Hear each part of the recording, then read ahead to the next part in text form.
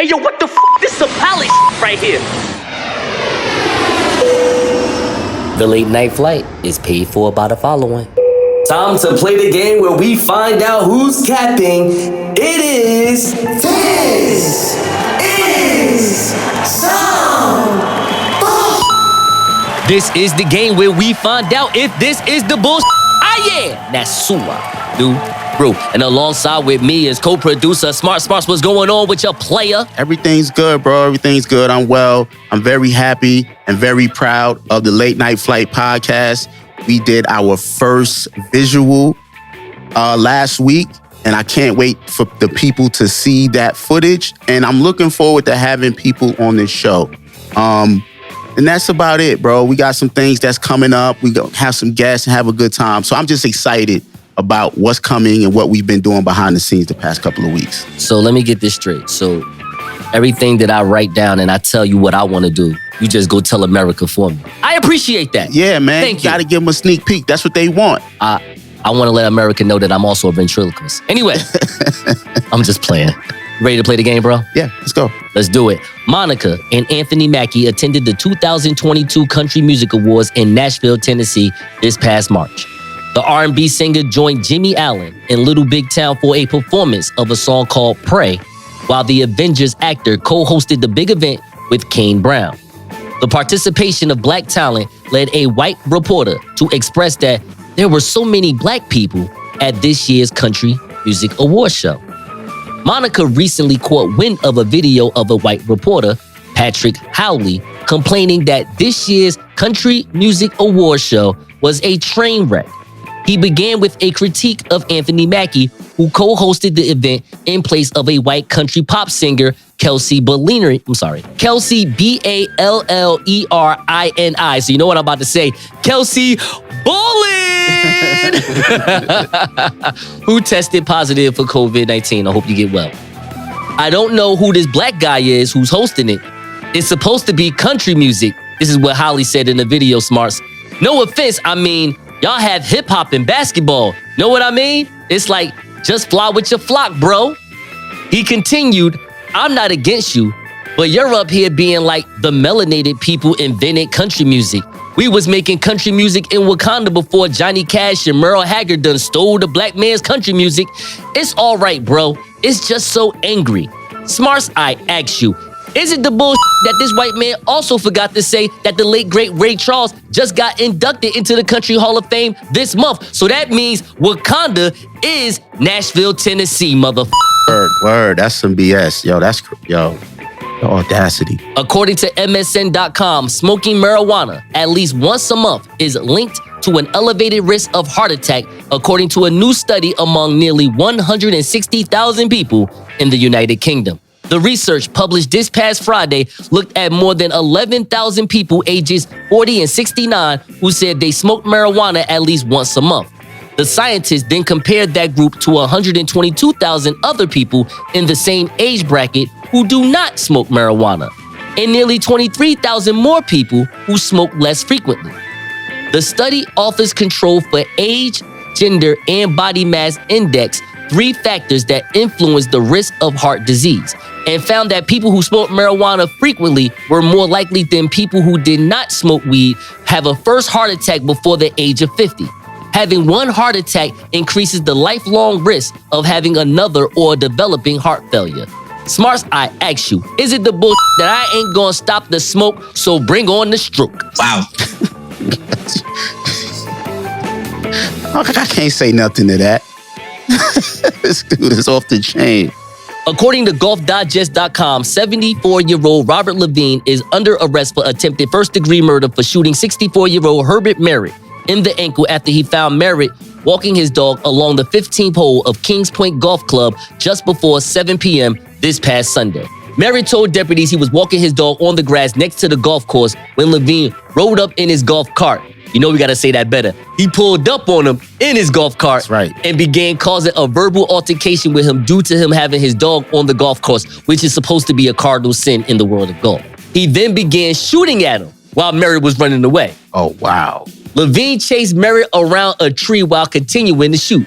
Merritt said he shot about 5 rounds at him and he felt that Levine was trying to kill him. According to the witnesses who called the police as the altercation unfolded, the semi-automatic handgun, how you had that in a golf cart? So Tory Lanez can have a semi-automatic weapon on his way out of a pool party, and this motherfucker can have a semi-automatic weapon on a golf course. On a golf course. That's right. Fuzzy Zella. That's right. So anyway, let's go back. According to witnesses who called the police as the altercation unfolded, the semi-automatic handgun police found in Levine's front left pocket a short while wasn't enough. Witnesses told deputies they saw Levine kick Merritt in the head, go back in his car, get a club, and begin beating Merritt with the club while holding the gun in his left hand. Oh, Gangsta. gosh, he's mad. Deputies said they found shell cases on the ground and 2 golf clubs with what appeared to be blood on them. Smartz, I ask you, is it the bullshit that if it was Tiger Woods walking his dog on the golf course, we would have a dog, no tiger? I don't know. I don't know. It looked like he was trying to end him too. I don't know.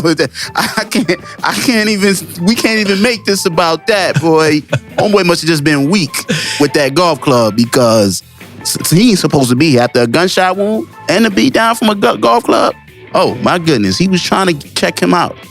And finally, Young Thug has stirred up a debate on social media with his bold rule for broke men.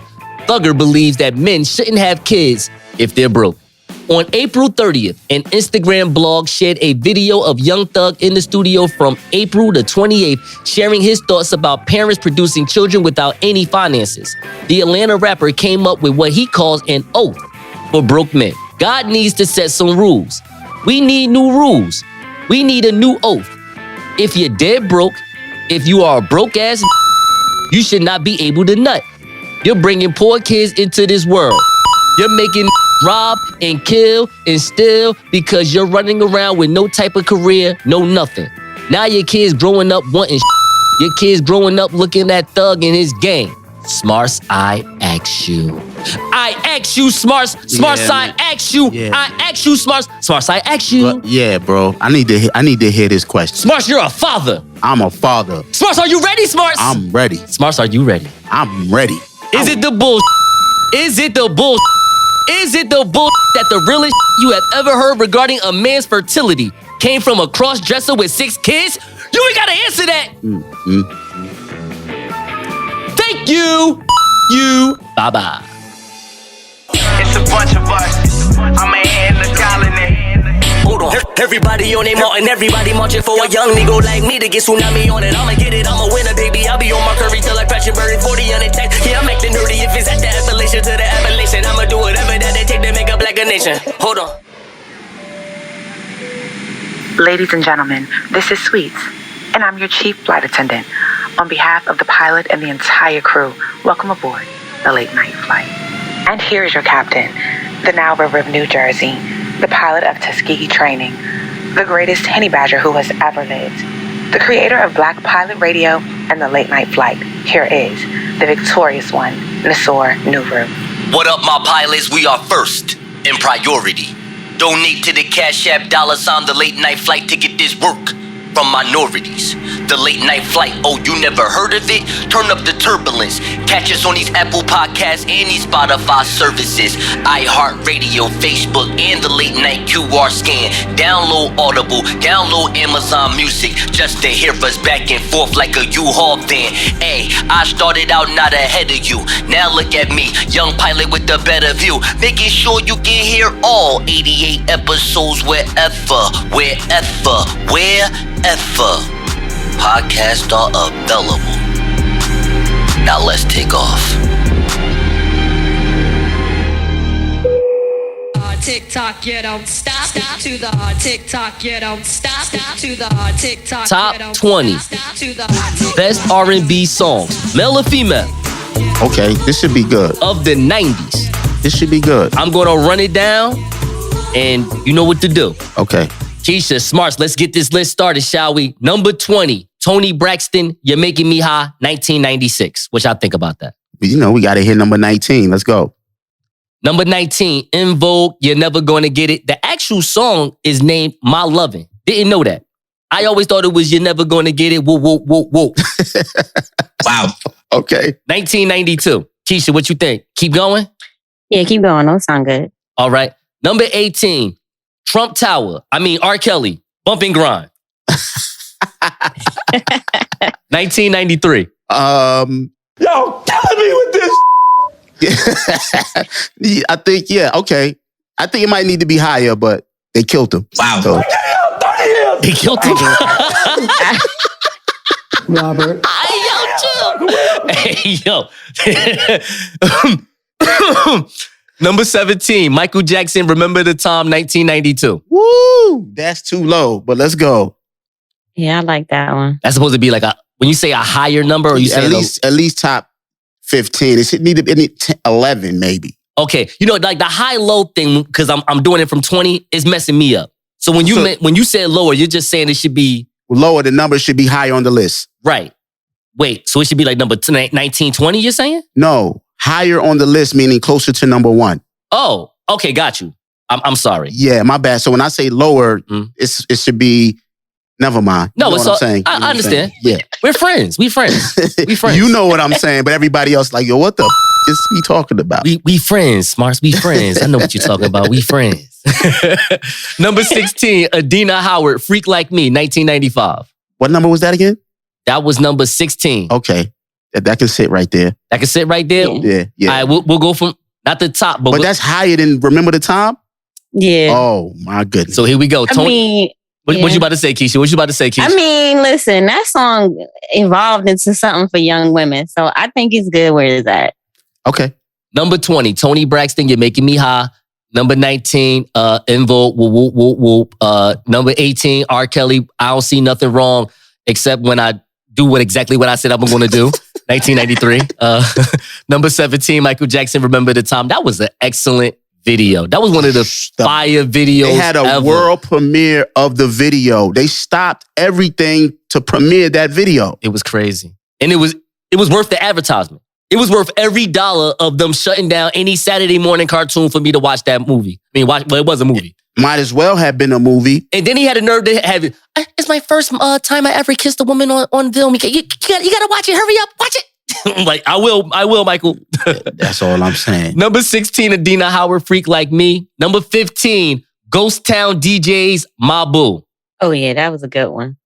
Okay. That one still be rocking. Just when didn't they do like a whole challenge or something with that song? Like, yeah, but it's higher than Remember the Time. That's killing me. Go ahead.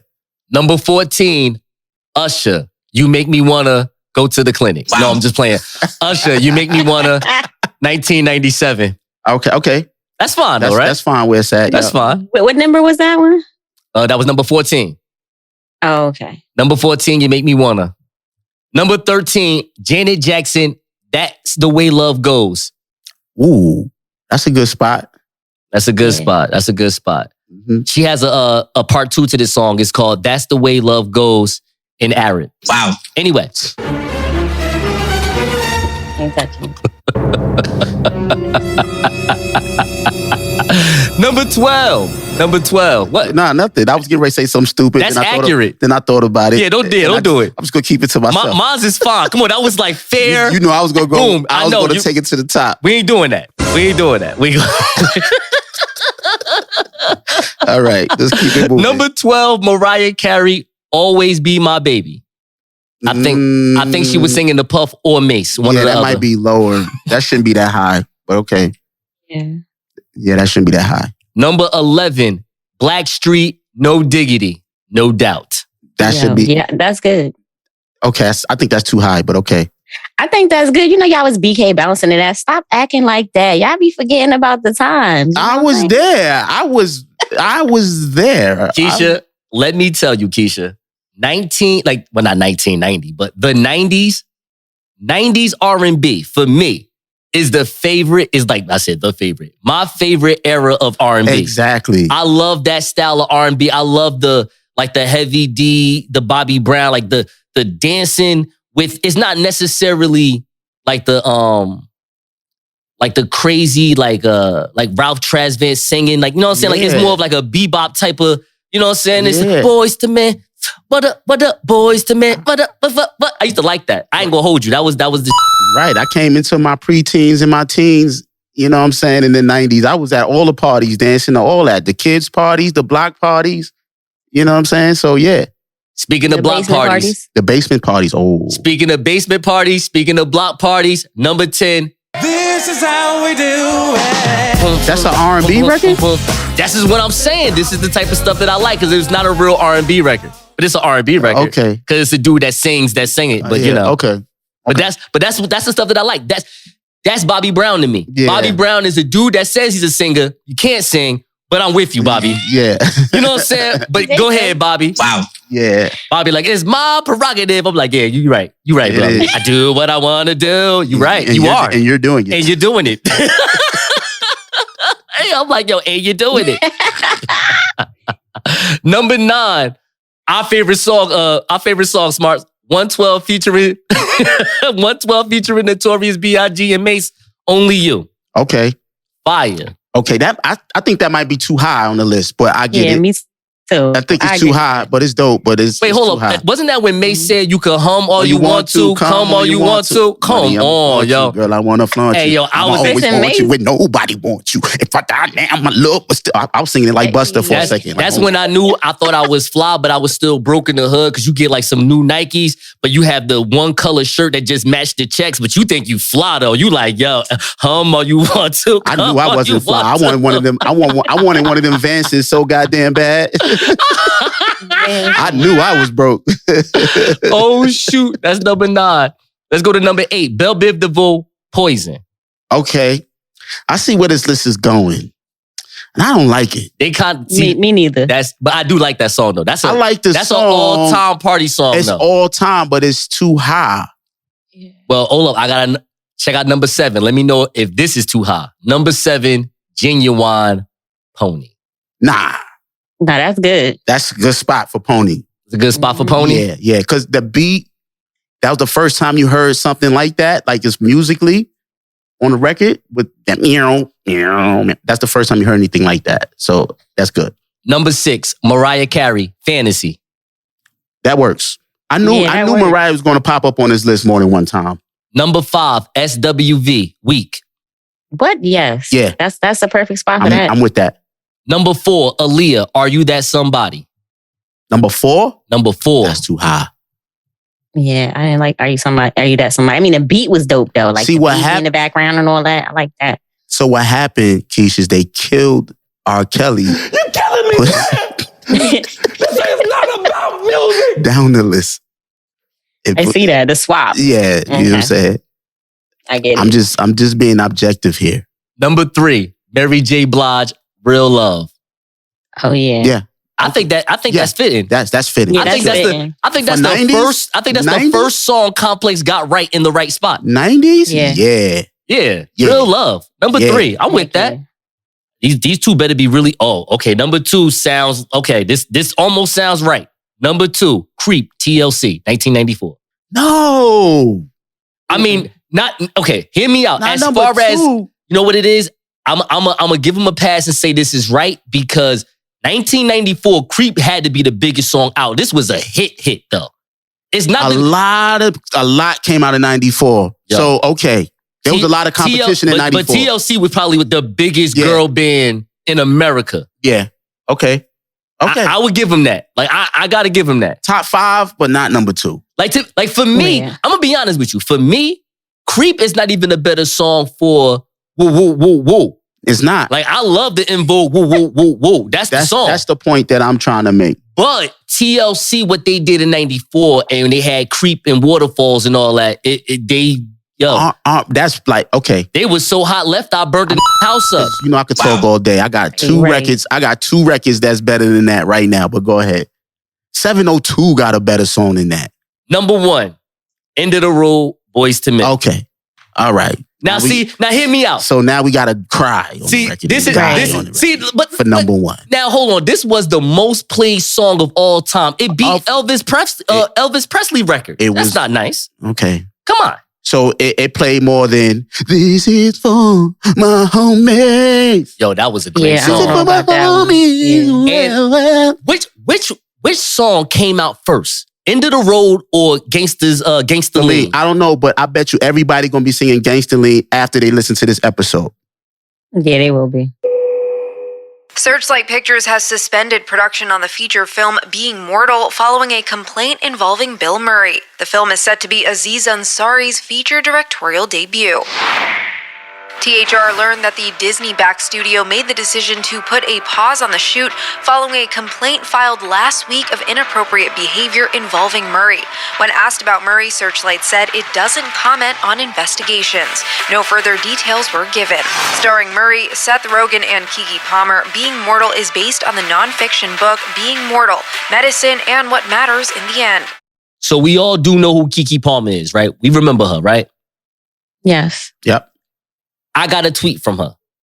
So there is an alleged beef right now between Bill Murray, comedic legend Bill Murray, and child superstar Keke Palmer.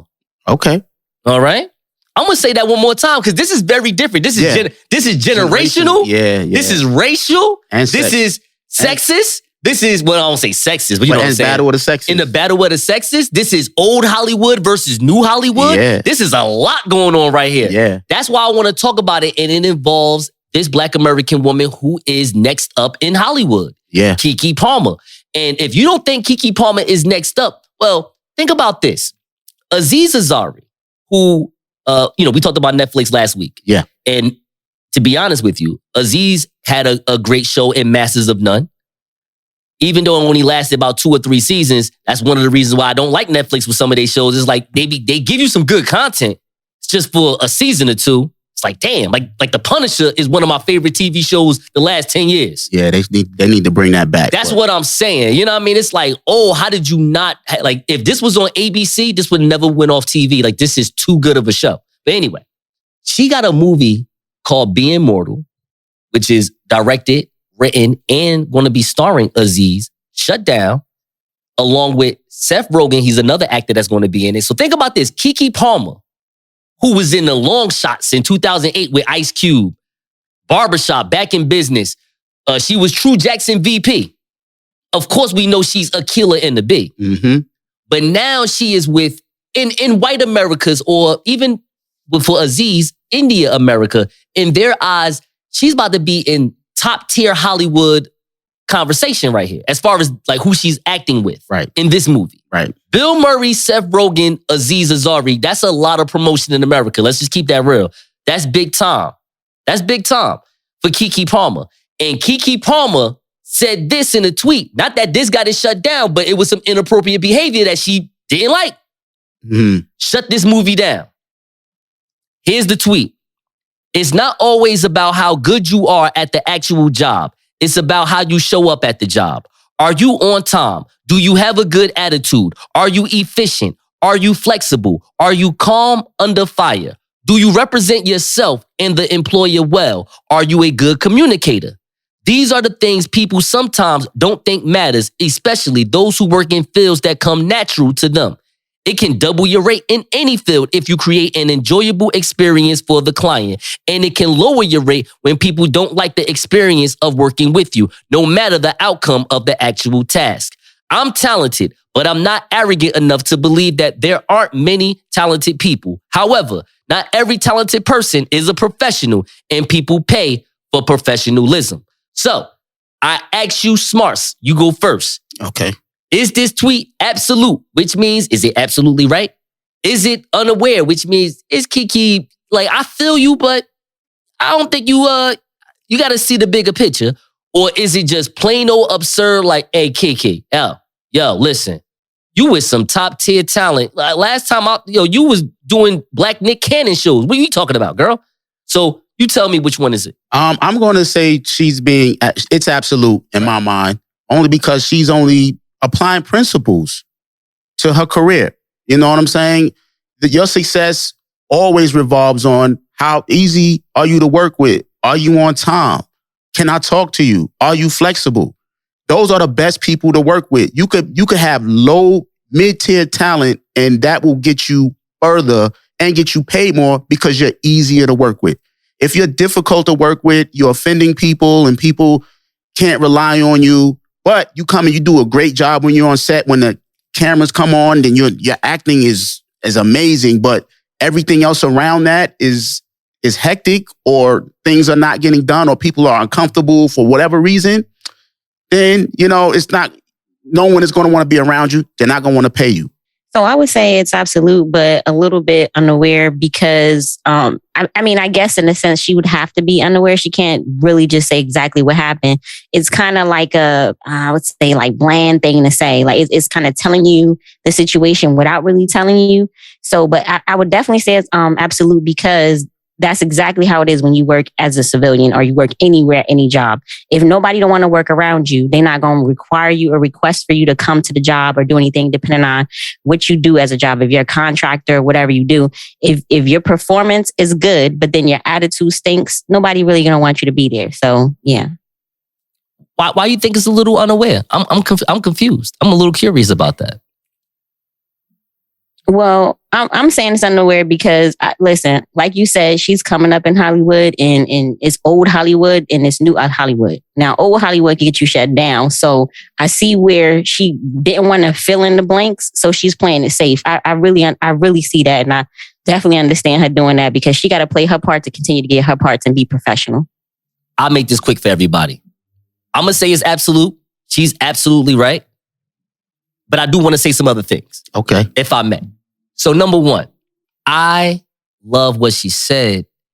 I hate the fact that people that are around you on an everyday, like, yo, think to yourself, how nice do you think you really are? Like in your mind, you may think like, yo, I'm really nice to people. Like I really do things for people. Right. You know what I'm saying? Right. Yeah, and then sometimes it'd be that one day something bothered you. Yeah. And then you just take it out on the world because you've been so nice for so long. Right. It's like, man, well, you know what? Today's my day. Right. Today my day, I'm gonna be a curmudgeon and act up on the world. And then it'd be that day where somebody gonna put out a tweet on you and be like, man, it just pays to be professional. And he'd be like, what? Man, I've been professional since God knows when. Now, that doesn't mean I'm talking about Bill Murray. I'm just talking about everyday occurrences. And I'm bringing that up because this is that old Hollywood versus new Hollywood I want to put in your brain system for a second. Think about this. Okay. Bill Murray comes from Saturday Night Live, 70s comedy, cigarette, comic talk. You know what I'm talking about? Mm-hmm. Like, that's a different time. A whole different... I'm not saying he's right or wrong. I'm just saying where he comes from. Right. Yo, there are few movies. Charlie's Angels in 2000. Him and Lucy Liu went at it. There's a movie, What About Bob, with Richard Dreyfuss in 1991. Threw an ashtray at Richard Dreyfuss. He has a best friend in Harold Ramis from the classic movie Ghostbusters. The man hasn't talked to him in 20 years. He didn't start talking to him until before this movie. No, not even until this movie, until he died. I'm sorry. The dude that played Eon. He didn't speak to him until maybe like a month or two. This is according to Hollywood.com. Before he died. That's crazy. You know what I'm saying? Like, now hear me out. I'm saying all that for Bill Murray, saying like, this is his upbringing. Right. Right? Think about my homegirl, Kiki. Kiki is a child star. She was always taught to behave. She was... You know what I'm saying? Yeah, I'm following you. And here's the thing about her that makes her beautiful. Because Drew Barrymore, if we want to talk about... And we're trying my best. I'm trying my best not to like come at some white privilege and be mean because it has nothing to do with white people. But on some white privilege... Drew Barrymore was in a rehab in her 20s. That's a fact. And they gave her a job back. This sister right here, Keke Palmer, when she did True Jackson, was it True Jackson VP? Was it VP True Jackson? One or the other. The Nick Cannon show, but it was Keke Palmer.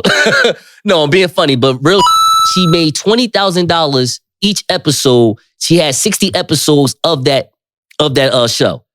She was the 4th highest paid child actor in that time. Keke Palmer is something special. And the fact that she's still under 30 years old, she's about to be the new Viola Davis for all we know. And I think, hey, look, as a child actor, you could be a spoiled brat, but you're not a bad person. You know what I'm saying? Mm-hmm. You're not someone that's like, oh no, I can't work with Shirley Temple. You out your mind. You know what I mean? Like, right. So I appreciate the fact that she came from that angle with it, although I think there's a reality where I come from a time where Michael Jordan, Shaquille O'Neal, Kobe Bryant, Jay-Z, Puff Daddy, hell, what's my homegirl name? Nicki Minaj, like for all we know, they come off like assholes. Yeah. But No, I'm just saying. I understand what you're saying. No, I understand exactly what you're saying. They give a presence off. LeBron James, they give a presence off that's like, I only eat yellow M&Ms. Right. You know what I'm saying? But mind you, they have so much success too. It's like, yo, as nice as I really want to be, one day I'm going to tell you just the yellow M&Ms, mother. What the This that pilot right here. Yo, don't be biased. Hey, yo, do not be biased. Smartz, don't even be biased. Don't act like that. Hey, yo, dog. Don't onion ring me, dog. Yo. Don't do that. These onion rings is banging, bro. We're going to talk about Pusha T. We're going to talk about Pusha T. Yo, let's talk about Pusha T. These onion Pusha rings. T. Let's talk about these onion rings. Pusha T got a new album out and it debuted #1. We're going to talk about Pusha T. Put the ring down. All right, one more. One more. Hurry up. All right. I'm here. Now you want to have my podcast sponsored by onion rings. Sure. Wise onion rings at that. Not the Funyuns. The wise onion rings, the ones that you used to get when you used to go to school and leave school and eat. They still on point. Anyway, let's go. Pusha T, in his mind, thinks that he has 4 classics. If you listen to track 6 of his new album, It's Almost Dry, which is, by the way, a crack reference. We're going to get into his crack references in a second. It's a crack reference to let you know when it's almost dry, it is at its highest and it's at its flyest. All right. So he's trying to let you know this is as close to the pure as you're going to get. Okay. Until the next album, which is probably going to just be dry as hell. Okay. Who knows? Okay. But here's the thing. I applaud Pusha T for being a consistent bar spitter. Like this, I want to produce this style of music no matter what. This is what I want to do. And I think with this last album, It's Almost Dry, it's the best version of what he wants to do. Daytona was very close as well, in my opinion. But Pusha T is the 2000 version of 2 Chainz. Okay. In the 2010s, when Titty Boy came out, they didn't know, oh, Titty Boy, that's from Players Circle. They had that one song with Lil Wayne. If I don't do nothing, I'm a ball. Yep. You know, The Clock on the Wall, all that, Little Duffel Bag Boy. You know the song. But at the same time, his character, because 2 Chainz is a great rapper, in my opinion. He's a great lyricist. And him jumping on good music with Kanye West gave him some dope beats so he can showcase that lyricism. But I think it's just who he is, like just this tall, lanky, I don't know, dark-skinned Snoop Dogg weed head type of guy. I don't know. He has a character behind him. Okay. Pusha T doesn't have any of that. Pusha T is just hard body, weight pusher rapper, which is I ain't gonna say every, but it's like 78% of studio rappers. 78%. I'm being funny. Okay, that's what I'm like, what? I'm being funny, but you get the point that I'm making. For a second. Yeah, like 78%. The average rapper that will come here in the studio and say, look, I got 180, let me get 3 hours in. Got you. They coming in here with the drug bars. That's true. That's all I'm saying. That's true. That's all I'm saying. That's true. And Pusha T is top notch from China, where Frank Lucas went to go get the product from. He's that though. You know what I'm saying? And I applaud him for never trying to change that flow. Like, I'm not going to go commercial. I think he should go commercial. That's what, in my opinion, him going commercial will probably have him on I don't want to say a Jay-Z level, but maybe T.I. or Ludacris. That hustler mentality in the rap game type of level. Right. But anyway, whether you agree or disagree, I want to know from you 2 things. Number 1, with this new album, It's Almost Dry, he has used a new marketing scheme, and it's called Let Me Get My Producer Friends on the Show. So he has 6 songs from Kanye. He has 6 songs from Pharrell. Okay. Before you let me know how many flights you think the album has, let me know which producer did their thing on the album better. Pharrell. Okay. Elaborate. I just think the beats, the music that Pharrell put on, it wasn't the normal Pharrell beat that you would normally accustomed to hearing. It was a street Pharrell. It was the old Pharrell. It was a raw Pharrell. Like, went back to the essence. He got in with Pusha. Pusha took him back to the block. You know what I'm saying? Oh, no. You know what I'm saying? All the way back. And that was fire. And the beats are fire, dog. I thought Pusha did bring the beats to, like, I thought the beats were very commercial, some of them. Not in a bad way.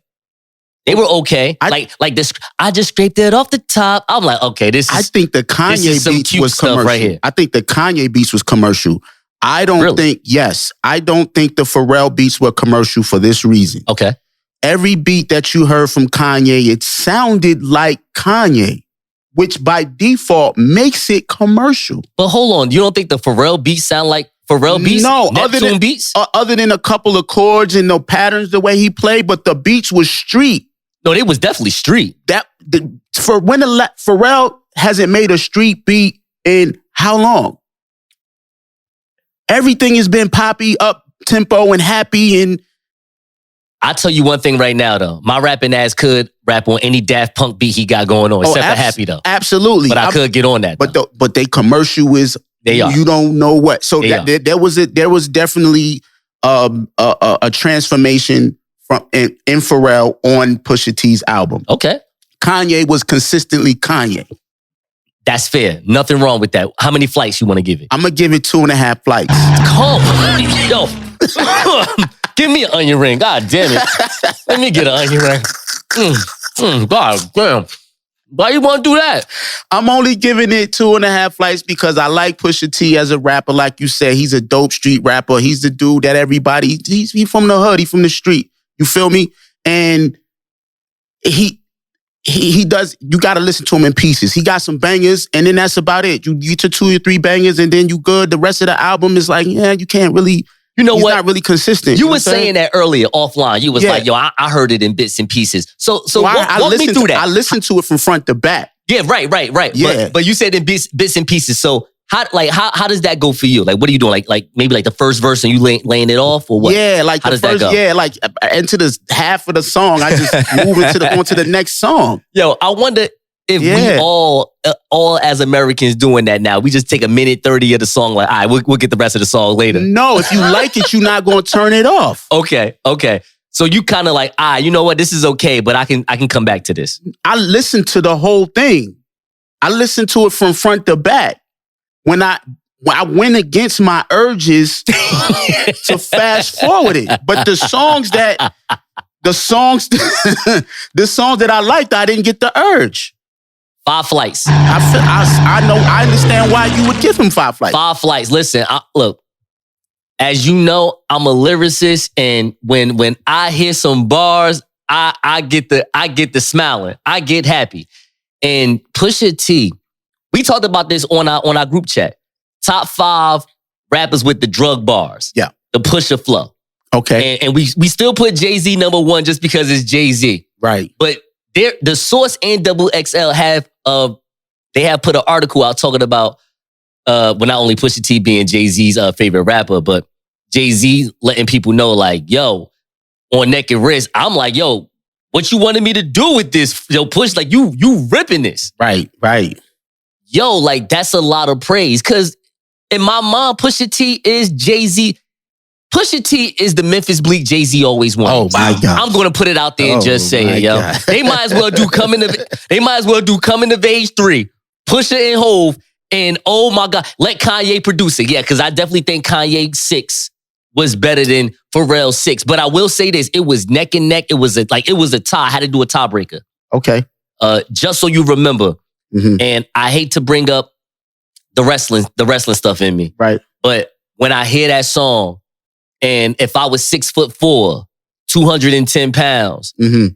and I would tell Vince McMahon, I want this song, put the belt on me, let's go. Like, that song is very powerful. Like when you walking somewhere, like Kanye for me as a producer, not that I think Pharrell's a better producer than Kanye. It's just that Kanye right now is serving up music that you don't have to necessarily go to a party for. Okay, you don't have the club for. You get a vibe off of it. And I appreciate that. Yeah. You know what I mean? Like, because that's what we had in the 90s. And I'm not trying to say we need some back in the day stuff. Yeah. It's a vibe. It's more of, I don't have to make club rap to be a commercial success. I just have to have the best song out and the best vibe out. That's a great point. I'm just going to let you know that it's debatable for the tiebreaker because I think Kanye only produced 5 of them joints. The one with Ty Oliver sound like Travis might have had his hands in that. because the guests had some had to go to the hospital. Yeah, they didn't know what was wrong with them. They was like, what did you put in this lasagna? She was like, so good. She was like, it makes you feel like you floating, right? Banging. All right. I'll let y'all talk. I allowed you guys and girls to insinuate America about what we're about to talk about. So we're going to take you to a town. I can't believe I'm about to say this word. We're going to take you to a town called Longwood, Florida. Yes. A 42-year-old Florida bride and her 31-year-old caterer. And I got to let you know that, yes, the 42-year-old woman who's the bride is a white American woman. And the 30-year-old woman is a black American woman. And yes, Keisha, she does look like Annabelle. Wow. But anyway, these women were arrested on a Monday a few weeks ago following this investigation by the county sheriff office where they're charged with tampering, negligence, and the delivery of my favorite substance, marijuana. Mm-hmm. She decided to marry, talking about the bride, she decided to marry her man. And she said, you know what, baby, I want to go, well, I guess out, but in. I don't know how you want to say that. I just want to go out of this single life in style. Mm-hmm. I want to do the high life. We ain't talking Miller Lite, all right? I'm going to lace everything up with this weed. Everything is THC up in here. And you don't even tell nobody. Only you and the caterer know. That is wild. And the police when they came there. That is wild. So I just want to ask a question. This is a quick relationship question. This is for the husband that didn't know nothing. Let's say you are the significant other in this marriage. Well, this one-day marriage. I don't know, a 4-hour marriage, if you will. If convicted of their tampering, each woman will get $5,000. Now, let's say you're the man or the woman in this relationship where you're the person that didn't get high and you had to pay $10,000. Understood. I mean, come on, because that's the caterer. Let's just keep it real. Right. It's not a $5,000 fine. You're paying $10,000. It's a $10,000 fine. Mm-hmm. Is this $10,000 grounds for a divorce? I want to hear from Keisha first. Talk to me, honey. I mean, I don't think it's grounds for divorce. I do believe she should have told her, at least her husband, just let people know, like, here's the options we have. We got lasagna with this in it and beer with that. Like, she could have let these people know because some of these people didn't know what was wrong with them. They had to go to the hospital and be told, like, oh, you just high. You know what I mean? Like, here you are with a $500 hospital bill because your friend got you high at her wedding. You know what I'm saying? And as her husband, I mean, I feel like I might have laughed at first, but $10,000 is a lot of damn money. And I would have been like, look, sweetheart, like, you're going to have to work this off in many ways. But I wouldn't have divorced her. You know what I mean? I'm going to agree with Keisha on that. I wouldn't divorce either. I've already said the vows. I mean, depending on how long they were in a relationship, he probably knew his wife to be his fiance had some tendencies to do some sneaky stuff like that. You know what I'm saying? It would have been funny if no one would have gone to the hospital. Let's just keep it real. What I would do is do a poll on who got high and felt great and then put out a GoFundMe and tell them they owe me. Right? Wait, I don't get it. Like, y'all owe me. The people who got laced and had a great time and was high, I'm put out a GoFundMe and say, hey, we got a $10,000 bill we got to pay. You got high. You had a great time. Put some money in the pot. And we could do it again next week. Next time we'll let you know because you know the recipe was on point. They had a weed reception pop-up. They did a snowfall. Like, basically, that's what happened. You know what I'm saying? If no one would have went to the hospital, it would have been funny. It would have been a story, right? But it got out of control. They put too much weed into everything and backfired. You know what I'm saying? But I wouldn't have divorced my wife. Thank you for flying the late night flight. Shout out to all the pilots who contribute to the fastest rising podcast. Hey, yo, what the f***? This is some pally right here.